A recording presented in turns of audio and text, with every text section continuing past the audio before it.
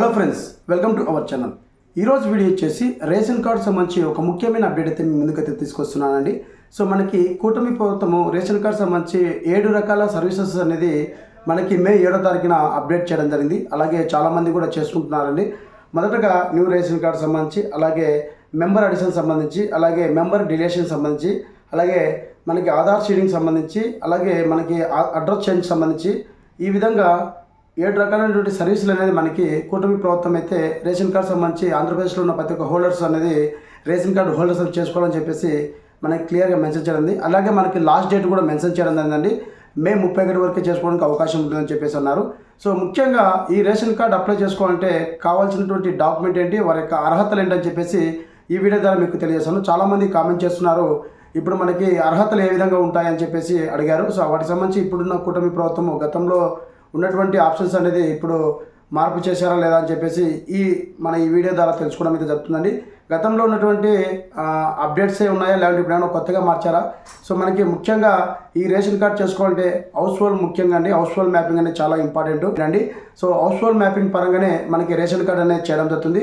గత వైసీపీ ప్రభుత్వం అయితే మనకి ఆరోగ్యశ్రీ కార్డు కావాలంటే హౌస్ హోల్డ్ మ్యాపింగ్ ఇంపార్టెంట్ అని చెప్పడం అయితే జరిగింది. అలాగే ఇక్కడ మనకి హౌస్ హోల్డ్ మ్యాపింగ్లోకి లేకుంటే రేషన్ కార్డ్ అనేది మీరు అప్లై చేయడానికి అవకాశం ఉండదు. అలాగే చాలామంది కామెంట్ చేశారండి.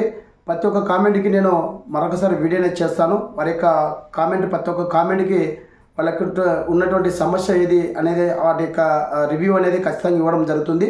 కొద్దిగా వర్క్ షెడ్యూల్స్లో ఉండడం వల్ల వీడియో అనేది చేయలేకున్నాను. ఇప్పుడు మీకు ముఖ్యంగా రేషన్ కార్డు అప్లై చేసుకోవాలంటే అర్హతలు ఏంటని చెప్పేసి చాలామంది అడుగుతున్నారు. ఆ అర్హతలు ఒకసారి వీడియో చేయండి బ్రదర్, చాలామంది పర్సనల్గా కాల్ చేశారు, అలాగే అడగడం కూడా జరిగిందండి. సో వారందరి కోసం అనేది ఈ వీడియోని చేస్తున్నాను. ఫ్రెండ్స్, వీడియో అయితే ఖచ్చితంగా లైక్ చేయండి, అలాగే ఫ్రెండ్స్ అండ్ ఫ్యామిలీకి అయితే షేర్ చేయండి. సో మన ఛానల్లో గ్రామ వార్డు సచివాలయం సంబంధించి ప్రతి ఒక్క అప్డేట్ అనేది లైవ్ డెమోతో మీ ముందుకు తీసుకొస్తా అండి. సో ఎందుకంటే ప్రాసెస్ ఏ విధంగా ఉంటుంది, ఏ డాక్యుమెంట్ కావాలని చెప్పేసి తెలుసుకోవాలనుకున్న వాళ్ళు మన ఛానల్ అయితే విజిట్ చేయండి. అలాగే ఇన్ఫర్మేషన్ వచ్చినట్లయితే సబ్స్క్రైబ్ చేసుకొని మీ ఫ్రెండ్స్ అండ్ ఫ్యామిలీకి అయితే షేర్ చేయండి. ఈ ప్రకారమైనటువంటి రేషన్ కార్డు సంబంధించి అర్హతలు ఏంటని చెప్పేసి అప్లై చేసుకున్నప్పుడు వారి యొక్క డాక్యుమెంట్ ఏం కావాలని చెప్పేసి మొత్తం మీకు ఈ వీడియోలో ఎక్స్ప్లెయిన్ చేస్తానండి. సో మరెందుకు లేట్ చేయడం, టాపిక్ పెడదాం, లెట్స్ గో. ఫ్రెండ్స్, ఇక్కడ మనకి 7 రకాలైనటువంటి రేషన్ కార్డు సంబంధించి హోల్డర్స్ ఎవరైతే ఉన్నారో, 7 రకాల ఆప్షన్ సంబంధించి ఎవరైతే రేషన్ కార్డు అప్లై చేయాలనుకున్నారో ప్రతి ఒక్క ఆప్షన్ సంబంధించి ఇక్కడ నేను ఎలిజిబిలిటీ అనేది చెప్పడం జరుగుతుందండి. సో ముఖ్యంగా ప్రతి ఆప్షన్ సంబంధించి నేను చెప్పడం అయితే జరుగుతుంది. సో మీ ప్రభుత్వము రైస్ కార్డ్ సంబంధించి కొన్ని గైడ్లైన్స్ అయితే, విధి విధానాలు అయితే మనకి మెన్షన్ చేయడం జరిగిందండి. సో రైస్ కార్డ్ సేవలు ముఖ్యమైన సమాచారానికి సంబంధించి ఎవరైతే దరఖాస్తు చేసుకోవాలనుకుంటున్నారో వారు ఈ కింది గైడ్లైన్స్ కంపల్సరీగా కలిగి ఉండాలని చెప్పేసి ఇక్కడ మనకి అవసరమైన డాక్యుమెంట్ ఏంటి అని సిద్ధంగా ఉంచుకోవాలని చెప్పేసి క్లియర్గా మెన్షన్ చేయడం జరిగిందండి. రేషన్ కార్డు సంబంధించి అర్హతలు అనేది మనకి కూటమి ప్రభుత్వం మెన్షన్ చేయడం జరిగింది. సో ఆ ప్రాసెస్ మొత్తం మీకు ఇప్పుడు చెప్తానండి. ముఖ్యంగా మనకి 7 రకాలైనటువంటి సర్వీసులు అనేది అప్డేట్ చేయడం జరిగింది కదా, అందులో 1 by 1 అయితే మీకు ఎక్స్ప్లెయిన్ చేస్తాను. రైస్ కార్డు సంబంధించి రైస్ కార్డు హోల్డర్స్ ఆంధ్రప్రదేశ్లో ఉన్నటువంటి లబ్ధిదారులు ఎవరైతే ప్రజలు ఉన్నారో వాళ్ళు రైస్ కార్డు సంబంధించి అప్లై చేసుకోవాలంటే ఖచ్చితంగా ఈ అర్హతలు అనేది ఉండాలి. 7 రకాలైనటువంటి సర్వీసెస్ సంబంధించి ప్రతి ఒక్క సర్వీస్కి అనేది అర్హతలు అనేది మెన్షన్ చేయడం జరిగింది. అలాగే ఇక్కడ మీరు ముఖ్యంగా గమనించాల్సిన విషయము 2 విషయాలు గుర్తుంచుకోవాలి. 1 హౌస్ హోల్డ్ మ్యాపింగ్లో కంపల్సరీ ఉండాలి, 2 ఆంధ్రప్రదేశ్ నివాస ఉండాలండి. ఈ 2 ఆప్షన్స్ అనేది మీరు చాలా ఇంపార్టెంట్, ఇవి గుర్తుపెట్టుకోవాలి. అందులో ముఖ్యంగా మనకి రైస్ కార్డ్ సేవలు ఎవరైతే దరఖాస్తు చేసుకోవాలనుకుంటున్నారో ఆ పర్సన్ ఖచ్చితంగా హౌస్ హోల్డ్ మ్యాపింగ్లో ఉండాలి, అలాగే ఆంధ్రప్రదేశ్ నివాస ఉండాలి. అలాగే 7 రకాలైనటువంటి సర్వీసులు ఏవైతే ఉన్నాయో ఆ సర్వీసులకు సంబంధించి కరెక్ట్ అయినటువంటి డాక్యుమెంట్ అనేది మీ ఏ సర్వీస్ చేసుకోవాలనుకుంటారో ఆ సర్వీస్ సంబంధించి కరెక్ట్ అయిన డాక్యుమెంట్ అనేది తీసుకొని వెళ్ళాలని చెప్పేసి క్లియర్గా మెన్షన్ చేయడం జరిగింది. ఇందులో మొదటిది న్యూ రైస్ కార్డ్, అంటే కొత్త రేషన్ కార్డు. కొత్త రేషన్ కార్డు అప్లై చేసుకోవాలంటే మీకు కావాల్సిన డాక్యుమెంట్ ఏంటి, వాటి యొక్క అర్హతలు కూడా ఇక్కడ మనకు మెన్షన్ చేయడం జరిగింది. ముఖ్యంగా కొత్త రేషన్ కార్డుకి అప్లై చేసుకోవాలంటే ఇక్కడ కుటుంబం యొక్క వార్షిక ఆదాయము 1.2 లక్షల లోపలే ఉండాలి. అది కూడా 6 step ఎలక్షన్ లోబడి ఉండాలి. 6 దశలకు సంబంధించి 6 step ఎలక్షన్ సంబంధించి లోబడి ఉండాలి. ఎక్కువ ఉంటే రేషన్ కార్డు అప్లై చేసుకోవడానికి అవకాశం ఉండదండి. అలాగే మరి ముఖ్యంగా GSWS హౌస్ హోల్డ్ డేటా, అంటే గ్రామ వార్డు సచివాలయంలో హౌస్ హోల్డ్ మ్యాపింగ్లో కంపల్సరీ ఉండాలి. ఉంటేనే మీరు ఈ రైస్ కార్డు ప్రాసెస్ చేసుకోవడానికి అవకాశం ఉండదని చెప్పేసి క్లియర్గా మెన్షన్ చేయడం ఉంది. లేకుంటే చేసుకోవడానికి అవకాశం ఉండదు. సో ఈ విధంగా కొత్త రేషన్ కార్డు సంబంధించి ఈ అర్హతలను మెన్షన్ చేయడం ఉంది. ఇక్కడ కొత్త రేషన్ కార్డుకి అప్లై చేసుకోవాలంటే అవసరమైన పత్రాలు రేషన్ కార్డు అండి, అలాగే అప్లికేషన్ ఫామ్. సో కొంతమందికి డౌట్ రావచ్చు, ఆల్రెడీ మేము ఫ్యామిలీలో ఉన్నాము, నేను మా భర్త మా భార్య మేము సపరేట్గా కొత్త రేషన్ కార్డుకి అప్లై చేసుకోవచ్చునా అంటే అలా కుదరదండి. కొత్త రేషన్ కార్డు అంటే మీరు ఎక్కడ రేషన్ కార్డులో కలిగి ఉండకూడదు, అంటే ఏ రేషన్ కార్డులో ఉండకూడదు. అలాంటి వాళ్ళకు ఈ కొత్త రేషన్ కార్డు ఆప్షన్ ద్వారా అప్లై చేసుకోవడానికి అవకాశం ఉంటుంది. అప్లై చేసుకోండి. మనకి మే 31 వరకు మాత్రమే ఉంది. రెండోది వచ్చరికి సభ్యులు చేర్చడం. ఈ సభ్యులు చేర్చడం అంటే మెంబర్ అడిషన్. చిన్నపిల్లలు కానీ అలాగే కొత్తగా మ్యారేజ్ అయిన భార్యను భర్త యొక్క రేషన్ కార్డులో మ్యాపింగ్ చేసే విధానం అని అనమాట. వీటికి సంబంధించి అర్హతలు అనేది మెన్షన్ చేయడం అనేది వివాహం లేదా జననం ద్వారా కుటుంబంలో మార్పులు అవసరమైన పత్రాలు. సో వివాహం ద్వారా వివాహ ధృవీకరణ పత్రం కావాలంటే అమ్మాయి పెళ్ళి ఉంటుంది కదా, ఆ అమ్మాయిని భర్త యొక్క రేషన్ కార్డులు ఎక్కేయాలంటే వాళ్ళకి మ్యారేజ్ సర్టిఫికేట్ ఉండాలి. సో ఇప్పుడు మీకు డౌట్ రావచ్చు, మ్యారేజ్ సర్టిఫికేట్ ఎవరికి ఇస్తారంటే భార్య భర్త ఇద్దరు 10th క్లాస్ చదివిండి వాళ్ళకి మాత్రమే ఇవ్వడం జరిగింది. సో చదువుకున్న వాళ్ళకి మాకు లేదు కదా ఎట్లా అని చెప్పేసి మీకు ఆలోచన రావచ్చు. సో చదువుకున్న వాళ్ళకు కూడా అవకాశం ఇవ్వడం జరిగింది. సో వాళ్ళు మీ యొక్క మ్యారేజ్ కార్డు అలాగే మ్యారేజ్ ఫోటోని తీసుకొని వెళ్ళాలి సచివాలయానికి. ఓకేనా, ఇది గుర్తుపెట్టుకోండి. అలాగే వివాహం సమయంలో తీసుకున్నది దంపతుల యొక్క ఫోటో, జననం ద్వారా జనన ధృవీకృతం అంటే చిన్నపిల్లలు అయితే చిన్నపిల్లలు యాడ్ చేయాలంటే బర్త్ సర్టిఫికేట్ ఉండాలి. సో ఈ రైస్ కార్డులు యాడ్ చేయాలంటే. అలాగే ప్రస్తుతం ఉన్న రైస్ కార్డు, ప్రస్తుతం యొక్క రైస్ కార్డు హోల్డర్ యొక్క ఆధార్ కార్డు. అంటే ఇప్పుడున్నటువంటి రైస్ కార్డు అంటే ఇప్పుడున్నటువంటి రైస్ కార్డు తీసుకునే వాళ్ళు ఎవరినైతే యాడ్ చేస్తున్నామో ఆ పర్సన్ సంబంధించి ఆధార్ కార్డు అని తీసుకోవాలి. అంటే రేషన్ కార్డులో కుటుంబ పెద్ద ఉంటారు కదండి, మనకి ఫాదర్ ఉండొచ్చు, మదర్ ఉండొచ్చు. సో వాళ్ళిద్దరిలో ఒక ఆధార్ కార్డు తీసుకొని వెళ్ళాలి, రేషన్ కార్డు జిరాక్స్ తీసుకొని వెళ్ళాలి. ఎవరినైతే యాడ్ చేస్తున్నామో ఆ పర్సన్ యొక్క ఆధార్ కార్డు తీసుకోవాలి. అలాగే మనకు చిన్నపిల్లలు యాడ్ చేస్తే బర్త్ సర్టిఫికేట్ తీసుకొని వెళ్ళాలి, పెద్దవాళ్ళని యాడ్ చేస్తే మ్యారేజ్ సర్టిఫికేట్ తీసుకొని వెళ్ళాలి. సో ఈ విషయాలు గుర్తుంచుకోవాల్సి ఉంటుంది. ఈ విధంగా మనకి సభ్యుల్ని చేర్చడంలో ఈ ఆప్షన్స్ అనేది ఇవ్వడం ఉంది. ముఖ్యంగా ఖచ్చితంగా వీళ్ళు ఈ ప్రాసెస్ చేసుకోవాలంటే హౌస్ హోల్డ్ మ్యాపింగ్లో ఉండాలి. ఇది విషయం గమనించాల్సిన విషయం. అలాగే మూడోది వచ్చేసరికి మనకి రైస్ కార్డు విభజన అంటే స్ప్లిట్టింగ్. ఇక్కడ చాలామందికి డౌట్ రావచ్చు.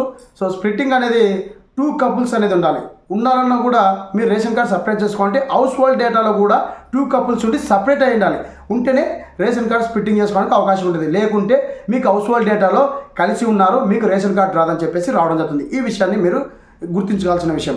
సో ఇక్కడ అదే ఆప్షన్స్ అనేది మనకి ఇవ్వడం జరిగింది. సో ఇక్కడ రైస్ కార్డు విభజన అంటే మనకి మదరు, ఫాదరు, కొడుకు, కోడలు ఉంటారు. సో వీళ్ళకి స్ప్లిట్టింగ్ చేసుకోవడానికి అవకాశం ఉంటుంది.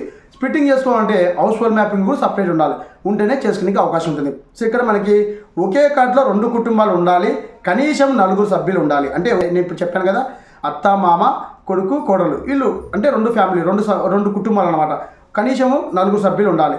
ఇక్కడ అవసరమైన పత్రాలు, రైస్ కార్డు విభజనకు సంబంధించి అవసరమైన పత్రాలు ఏంటంటే ఎవరైతే రైస్ కార్డు నుంచి సపరేట్ కావాలనుకుంటున్నారో వాళ్ళ యొక్క ఇద్దరు ఆధార్ కార్డు అంటే కొడుకు కోడలకు సంబంధించి ఆధార్ కార్డులు, అలాగే ఆ కుటుంబంలో పెద్ద ఎవరైతే ఉన్నారో వారి యొక్క ఆధార్ కార్డుని తీసుకొని వెళ్ళాలని చెప్పేసి క్లియర్గా మెన్షన్ చేయడం జరిగిందండి.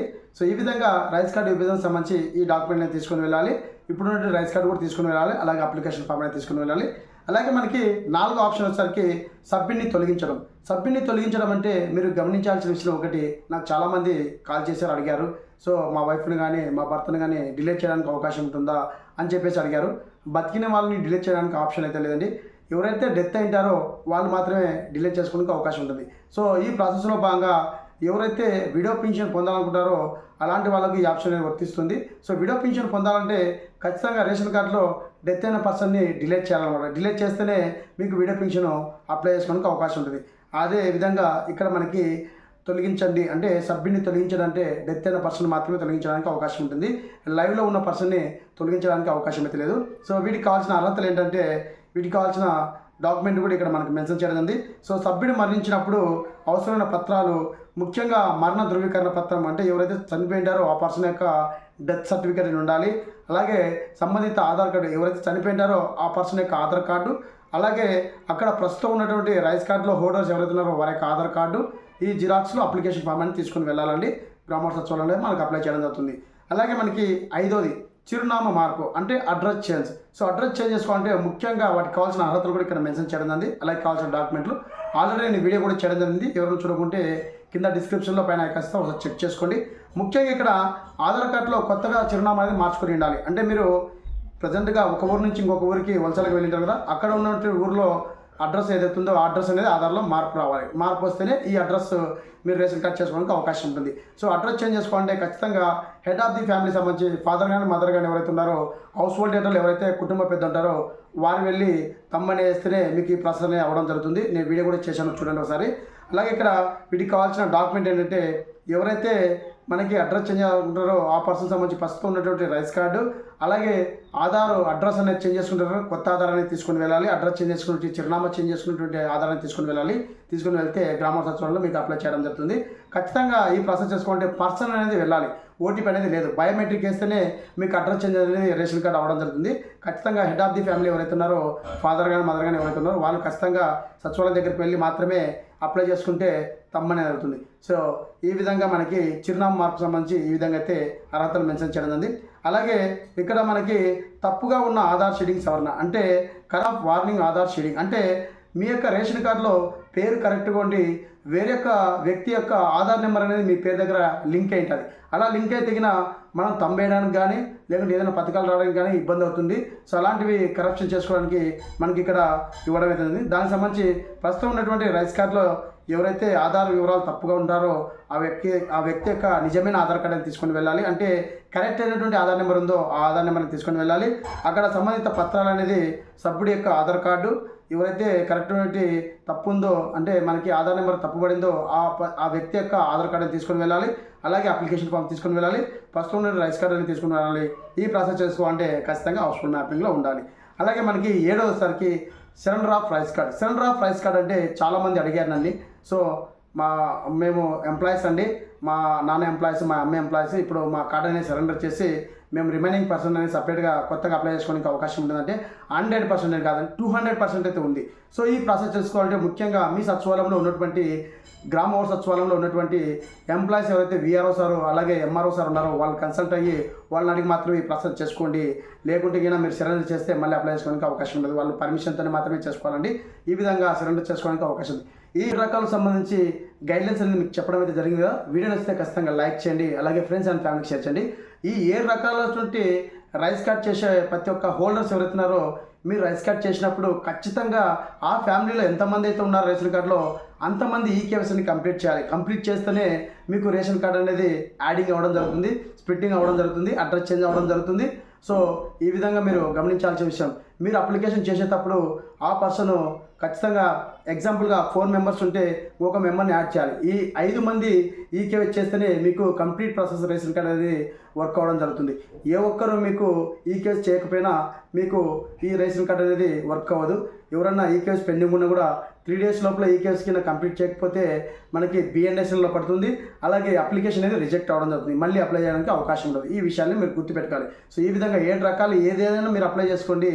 ఈ రేషన్ కార్డులు ఎంతమంది ఉంటే అంతమంది రిమైనింగ్ పర్సన్ అనేది ఈ కేసు చేయాలి. చేయకుంటే మీకు రేషన్ కార్డు అనేది రాదు. సో ఈ విధంగా రేషన్ కార్డు సంబంధించి అర్హతలు అలాగే వారికి కావాల్సిన డాక్యుమెంట్ అనేది విన్నారు కదా. ఈ వీడియో నచ్చినట్లయితే ఖచ్చితంగా లైక్ చేసి ఫ్రెండ్స్ అండ్ ఫ్యామిలీకి షేర్ చేయండి. Thank you so much. జై హింద్.